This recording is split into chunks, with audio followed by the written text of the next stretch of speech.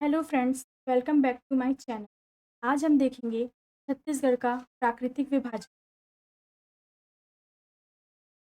ये आपका छत्तीसगढ़ का मैप, ठीक है, जो आपको सामने दिख रहा है। देखिए, छत्तीसगढ़ अविभाजित मध्य प्रदेश का दक्षिण पूर्व भाग है। ये देखो, ये आपका एमपी है, पूरा एमपी है जब छत्तीसगढ़ अलग नहीं हुआ था। छत्तीसगढ़ को यहाँ से कट किया गया है। ये जो एरिया है, ये आपका छत्तीसगढ़ है। तो ये आपका दक्षिण पूर्व भाग में आता है। भौतिक विभाग के अंतर्गत इसे पूर्वी पठार कहा जाता है। छत्तीसगढ़ देश के वृहद प्रायद्वीपीय पठार का उत्तर पूर्व भाग है, जिसमें बघेलखंड का पठार का दक्षिण पूर्व हिस्सा, पाट प्रदेश, छत्तीसगढ़ का मैदान और दंडकारण्य का पठार शामिल है। छत्तीसगढ़ विविध भौगोलिक स्थिति वाला क्षेत्र है। विविध भौगोलिक स्थिति वाला मतलब यहाँ पे मैदान है, नदियाँ हैं, पर्वत है, पठार है, सब कुछ यहाँ पे मिल जाता है। यह भारत का द्वितीय स्तर का भौगोलिक प्रदेश है, इसलिए प्रायद्वीपीय पठार का एक उपविभाग है। छत्तीसगढ़ को 4 भौतिक विभागों में बांटा गया है। पहला आपका है पूर्वी बघेलखंड का पठार, दूसरा है आपका जसपुर सामरी पाट प्रदेश, तीसरा है आपका छत्तीसगढ़ का मैदान, चौथा है आपका दंडकारण्य का पठार। देखिए, पहला जो आपका है पूर्वी बघेलखंड का पठार, ये आपका ये जो सबसे उत्तर तरफ ये जो ब्राउन एरिया दिख रहा है, ये आपका पूर्वी बघेलखंड का पठार है, जो हमारे उत्तर में पड़ता है। ये जो ऑरेंज वाला है, ये दूसरा, ये आपका है जसपुर सामरी पाट। ये जितना भी ग्रीन एरिया है छत्तीसगढ़ का मध्य भाग, ये आता है आपका छत्तीसगढ़ का मैदान और महानदी बेसिन, दोनों बोलते हैं। ये आपका जो लाल कलर में दिख रहा है, ये है आपका दंडकारण्य का पठार, चौथा, ठीक है, ये दक्षिणतम छोर है। चलिए आगे बढ़ते हैं। सबसे पहले हम देखते हैं पूर्वी बघेलखंड का पठार। पठार इसकी स्थिति क्या है? छत्तीसगढ़ का बघेलखंड पूरे बघेलखंड का पूर्वी हिस्सा है। छत्तीसगढ़ का जो बघेलखंड है, वो पूरे बघेलखंड का है ना। बघेलखंड किस में आता है? आपका एमपी में आता है, ठीक है। तो उसका 47.32% एरिया पूर्वी भाग हमारे छत्तीसगढ़ में पड़ता है, ठीक है। यह सरगुजा संभाग में आता है। छत्तीसगढ़ में 5 संभाग हैं, जिसमें से ये सरगुजा संभाग में आता है। मध्य प्रदेश के उत्तर पूर्वी सीमा से लगा हुआ, ठीक है। विस्तार 23 डिग्री 40 मिनट से 24 डिग्री 35 मिनट उत्तरी अक्षांश है और 80 डिग्री 50 मिनट से 83 डिग्री 35 मिनट पूर्वी देशांतर है। पूरे बघेलखंड का पूरा क्षेत्रफल जो हमारे छत्तीसगढ़ में भी है और जो छत्तीसगढ़ से बाहर है, उसका पूरा है आपका 46,200 वर्ग किलोमीटर। लेकिन छत्तीसगढ़ में इसका क्षेत्रफल पड़ता है आपका 21,863.24 वर्ग किलोमीटर, जो पूरे का 47.32% है। छत्तीसगढ़ में भौतिक विभाग में इसका क्षेत्रफल है 16.16%। भौतिक विभाग मैंने बताया है, छत्तीसगढ़ के 4 भौतिक विभागों में बांटा गया है, जिसमें से आपका पूर्वी बघेलखंड का पठार है, जो 16.16% एरिया आपका कवर करता है। इसका जो ढाल है उत्तर की ओर है। यहाँ पे देखिए, ये जो छत्तीसगढ़ है, ये उत्तर में आता है आपका पूर्वी बघेलखंड का पठार। तो ये इसका जो ढाल है वो उत्तर की, ये आपका उत्तर है, तो इसका जो ढाल है वो आपका उत्तर की ओर है। भूगर्भीय बनावट इसका गोंडवाना शैल समूह में आता है, ठीक है। अभी यहाँ पे एक मैंने शॉर्टकट यहाँ पे ड्रॉ किया है, जिसे मैं एक्सप्लेन करती हूँ। ये आपका पूर्वी बघेलखंड ले लिए, जिसके उत्तर में है आपका उत्तर प्रदेश, ठीक है। यहाँ पे आएगा आपका उत्तर प्रदेश, ठीक है। उसके बाद है, उसके पूर्व में है आपका झारखंड, इस एरिया में आपका पड़ता है, झारखंड से लगा हुआ है। उसके बाद यहाँ पे इसके पश्चिम में है आपका शहडोल और डिंडोरी। शहडोल और डिंडोरी यहाँ पे आएगा, शहडोल और डिंडोरी, ठीक है। और नीचे दक्षिण की ओर है आपका ये पूरा एरिया, जो लास्ट इसका दक्षिण एरिया कवर करता है, ये आपका जांजगीर चांपा, कोरबा और रायगढ़ को टच करता है, ठीक है। उसी तरह से जब इसके उत्तर में आपका छोटा नागपुर का पठार है, ठीक है। पश्चिम में सोन नदी है, पूर्व में आपका छोटा नागपुर का मध्य कटा फटा पहाड़ी क्षेत्र है और दक्षिण में मैकल श्रेणी और महानदी बेसिन कुछ हिस्से पड़ते। आगे बढ़ते हैं। देखिए छत्तीसगढ़ में अपवाह, ये छत्तीसगढ़ के जो पूर्वी बघेलखंड है उसमें अपवाह तंत्र के बारे में देखते हैं। यहाँ मुख्यतः सोन बेसिन का भाग पड़ता है। देखिए यहाँ पे ये सोन नदी है, ये जो जा रही ब्लू कलर की ये आपका सोन नदी। तो इस एरिया में सोन नदी का वर्चस्व सबसे ज़्यादा है।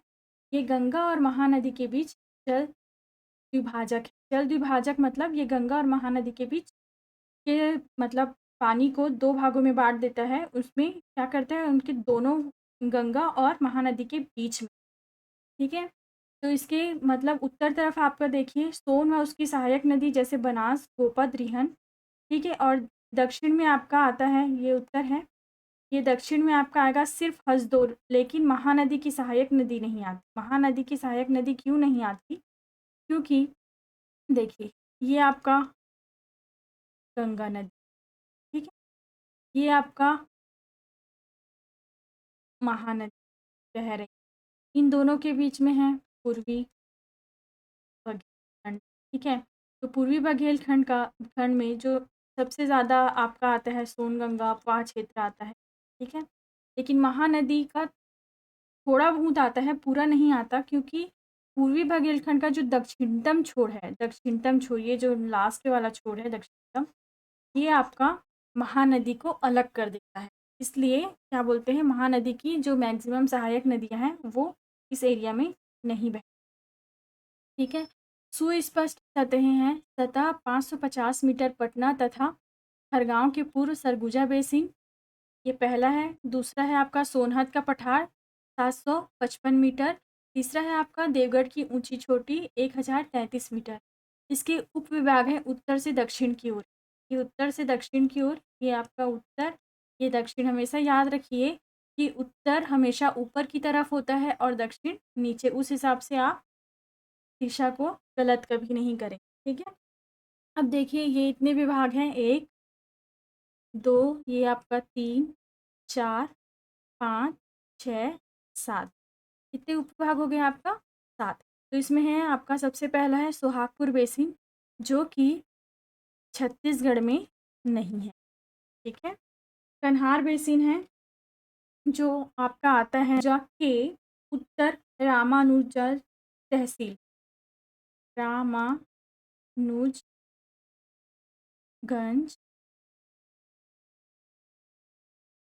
तहसील, ठीक है? इसकी औसत ऊंचाई है, औसत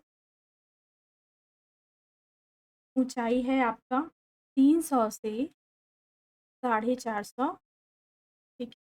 ये देखिए ये आपका हो गया कन्हार। तीसरा है आपका रिहन बेसिन। रिहन बेसिन को सिंगरौली बेसिन के नाम से भी जाना जाता है। सिंगरौली बेसिन, रिहन बेसिन को सिंगरौली बेसिन के नाम से भी जाना जाता है। ये आपका आता है वाड्रफनगर तहसील में, वाड्रफनगर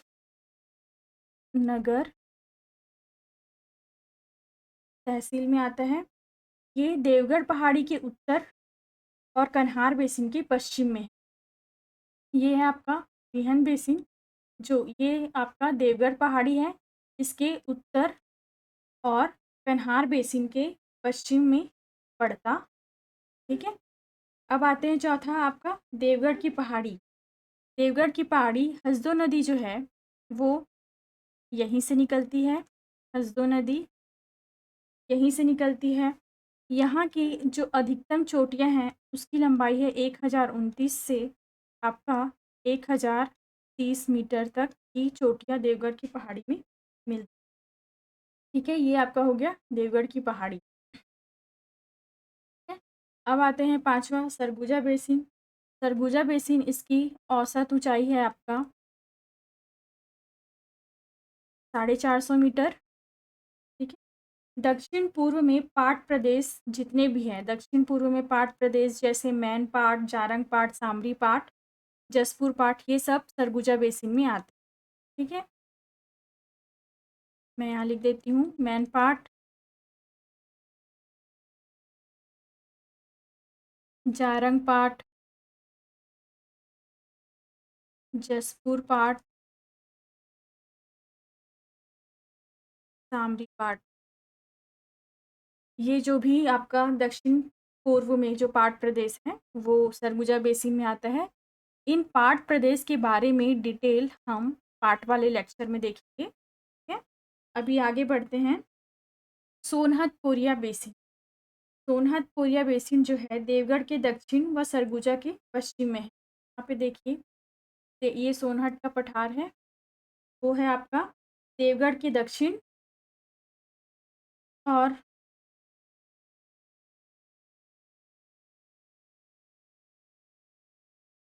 देवगढ़ के दक्षिण और सरगुजा के पश्चिम में। ठीक है, इसकी औसत ऊंचाई है आपका, औसत ऊंचाई पड़ेगा इसका आपका 380 से 460 मीटर। यहाँ पे आपका उच्चावास मैक्सिमम होता है, उच्चावास जो है वो मैक्सिमम। ठीक है, फिर लास्ट है आपका हसदो रामपुर बेसिन, जिसकी औसत ऊंचाई पड़ेगी आपका 350 से 450 मीटर और इसमें श्रृंखलाबद्ध वृहद जलप्रपात हसदो रामपुर बेसिन में आता है। लिख देती हूँ मैं यहाँ पे, श्रृंखलाबद्ध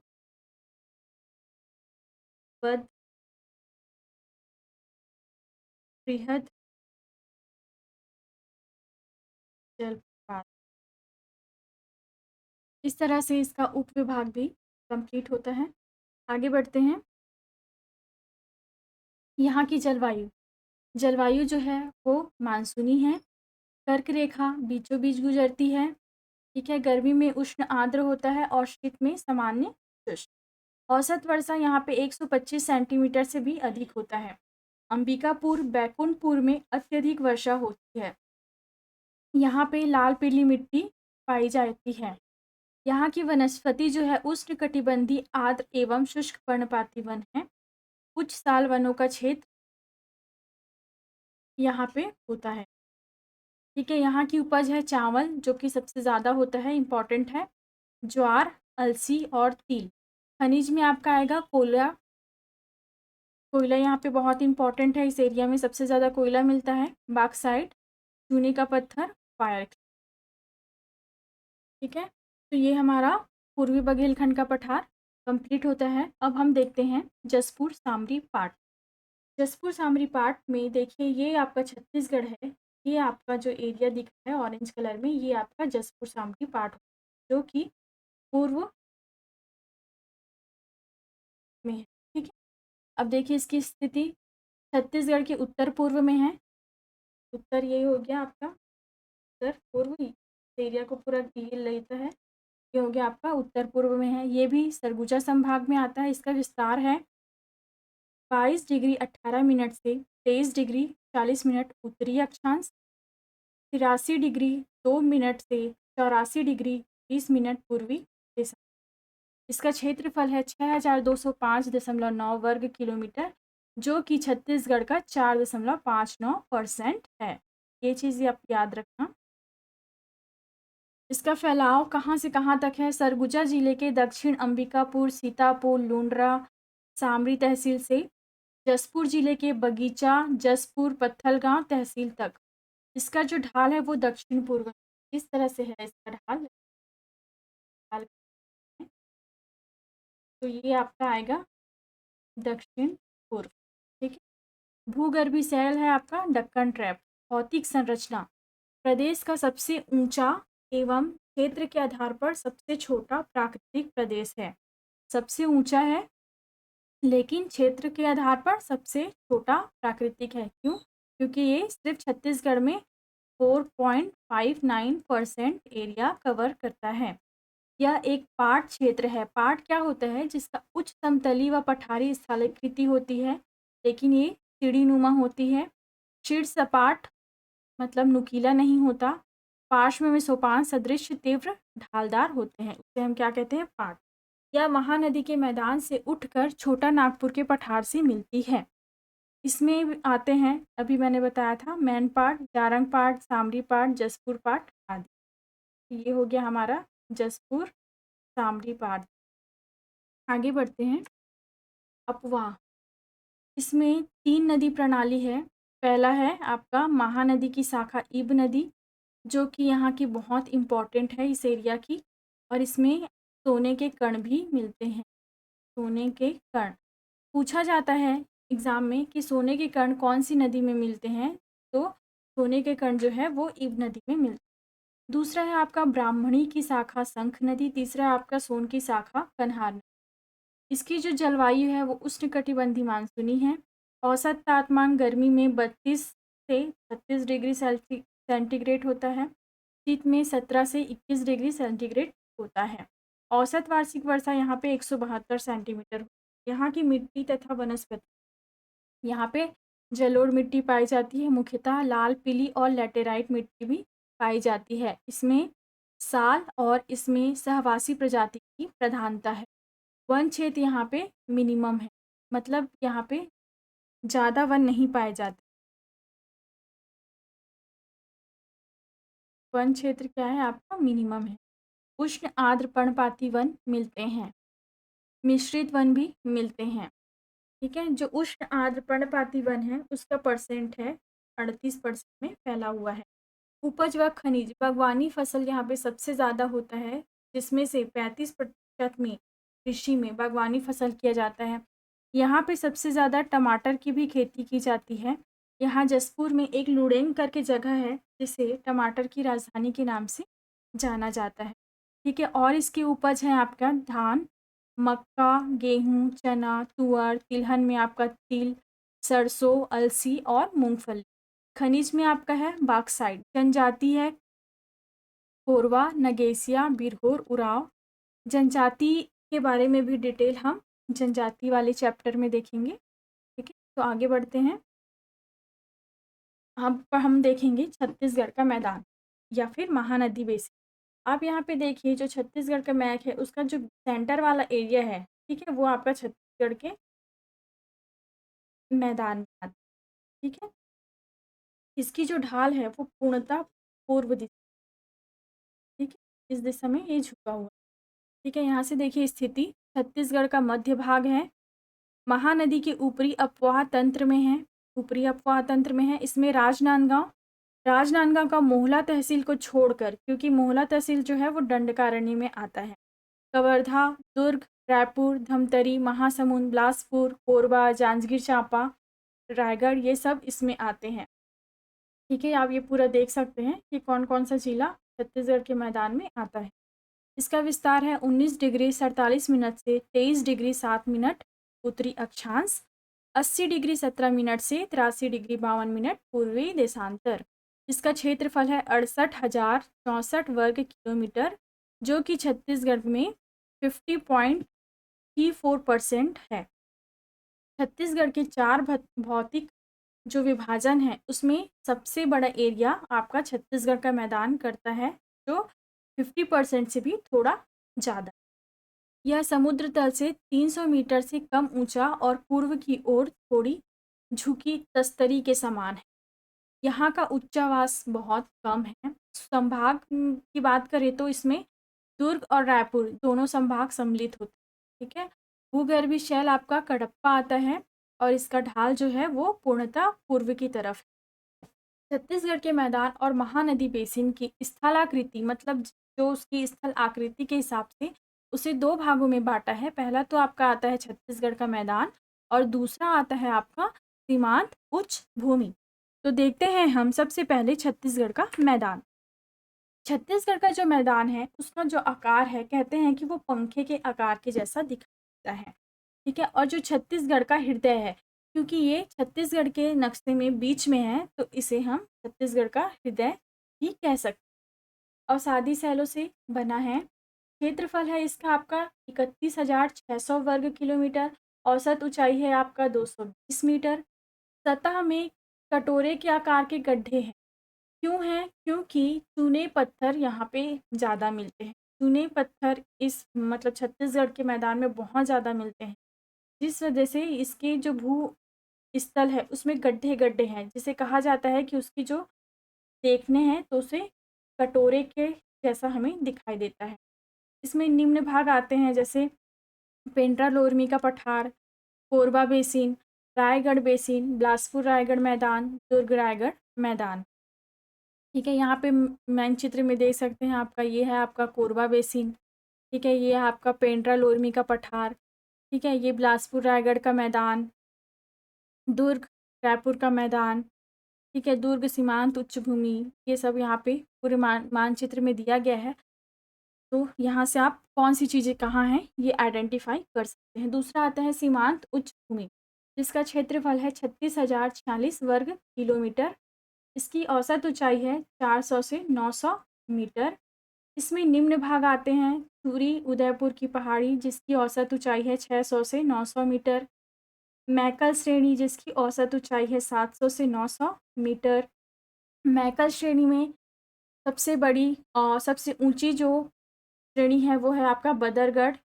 ये थोड़ा ऐसे बदरगढ़ है, जिसकी ऊंचाई है 1176 मीटर। तीसरा है आपका दुर्ग सीमांत उच्च भूमि, जिसकी औसत ऊंचाई है 500 से 800 मीटर। चौथा है धमतरी महासमुंद उच्च भूमि, जिसकी औसत ऊंचाई है 400 से 900 मीटर। धमतरी महासमुंद में सबसे ऊंची है धारी डोंगर, जिसकी ऊंचाई है 899 मीटर। ठीक है, ये है आपका धारी डोंगर 899 मीटर, जो आपका महासमुंद में पड़ता है। ठीक है, ये देखिए ये है आपका छुरी उदयपुर की पहाड़ी, ये आपका रायगढ़ बेसिन, दुर्ग सीमांत उच्च भूमि, ये आपका महकल श्रेणी। ठीक है, ये बिलासपुर रायगढ़ का मैदान सेंटर में पड़ता है। ठीक है, ये है आपका बदरगढ़ कांदावानी की पहाड़ी में, जो यहाँ की सबसे ऊंची श्रेणी है, मैकल श्रेणी की सबसे ऊंची श्रृंखला। ठीक है, अब आगे बढ़ते हैं। अफवाह तंत्र, महानदी, शिवनाथ, हसदो, माण, बोरई, पैरी, ये सारी नदियाँ छत्तीसगढ़ के मैदान में बहती है। महानदी की सबसे बड़ी सहायक नदी है शिवनाथ नदी, इसकी भी सहायक नदी मैदान छत्तीसगढ़ के मैदान में बहती है। ठीक है, ये सब नदी वाला हम नदी की चैप्टर में और डिटेल से देखेंगे। जलवायु यहाँ का है उष्णकटिबंधीय मानसून। पूर्वी छत्तीसगढ़ में औसत वर्षा 117.5 सेंटीमीटर से भी अधिक होती है। पश्चिम भाग मैकल के पठार के वृष्टि छाया में पड़ता है, जहाँ वर्षा 112.5 सेंटीमीटर के लगभग है।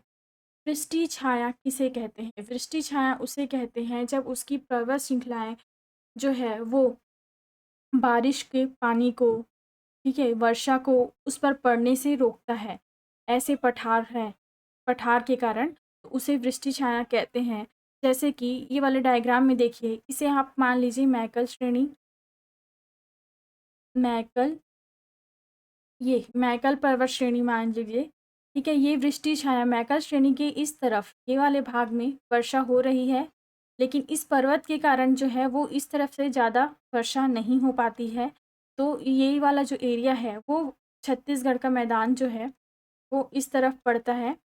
तो इसे हम क्या कहते हैं? वृष्टि छाया क्षेत्र कहते हैं, क्योंकि ये मैकल श्रेणी के कारण यहाँ पे वर्षा की मात्रा बहुत कम होती है। ठीक है, अब ये मानचित्र में देखिए, ये जो पिंक कलर का एरिया है ये जो है आपका, ये है आपका मैकल श्रेणी। ठीक है, ये जो है वो आपका क्या करता है, ये छत्तीसगढ़ के मैदान तक बारिश को कम पहुंचाता है, इसलिए यहाँ पे क्या होती है, बारिश जो है वो कम होती है। मई में इसका औसत तापमान 40 डिग्री से 45 डिग्री होता है। ठीक है, दिसंबर में 20 डिग्री सेंटीग्रेड रायपुर में और 20.9 रायगढ़ में होता है।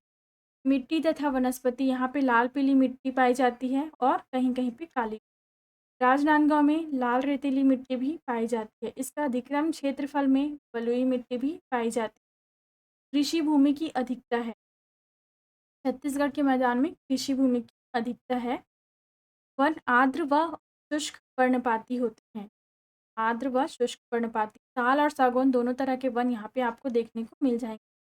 तेंदुपत्ता व बाँस का लघु वनोपज भी छत्तीसगढ़ मैदान के अंदर ही आता है। वनों का घनत्व मैक्सिमम है, वनों का घनत्व यहाँ पे मैक्सिमम है। उपज व खनिज, यहाँ पे सबसे ज़्यादा आपका चावल की खेती होती है जो 65.88% कृषि भूमि में होता है। ठीक है, इसके अलावा गेहूँ, चना, तुअर, अलसी, तिल, सरसों, मूंगफली ये सब भी छत्तीसगढ़ के मैदान में होती है। कोशा रेशम उत्पादन क्षेत्र भी छत्तीसगढ़ के मैदान के अंदर आता है और इसके खनिज में है बॉक्साइट, डोलोमाइट, लोहा, कोयला, हीरा, चूना। जनजाति में आपका यहाँ पे छत्तीसगढ़ में सबसे ज़्यादा देखने को मिलता है सौरा, पिंजवार और धन। ठीक है, आगे बढ़ते हैं। चौथा है आपका दंडकारण्य का पठार। ठीक है, दंडकारण्य का पठार छत्तीसगढ़ के सबसे दक्षिणतम छोर में है। ये जो दिख रहा है ये एरिया आपका दंडकारण्य का मैदान है। इसकी स्थिति है छत्तीसगढ़ मैदान के दक्षिण में है। यहाँ पे लिखा है विस्तार है 17 डिग्री 86 मिनट से 20 डिग्री 34 मिनट उत्तरी अक्षांश, 80 डिग्री 18 मिनट से 82 डिग्री 15 मिनट पूर्वी देशांतर।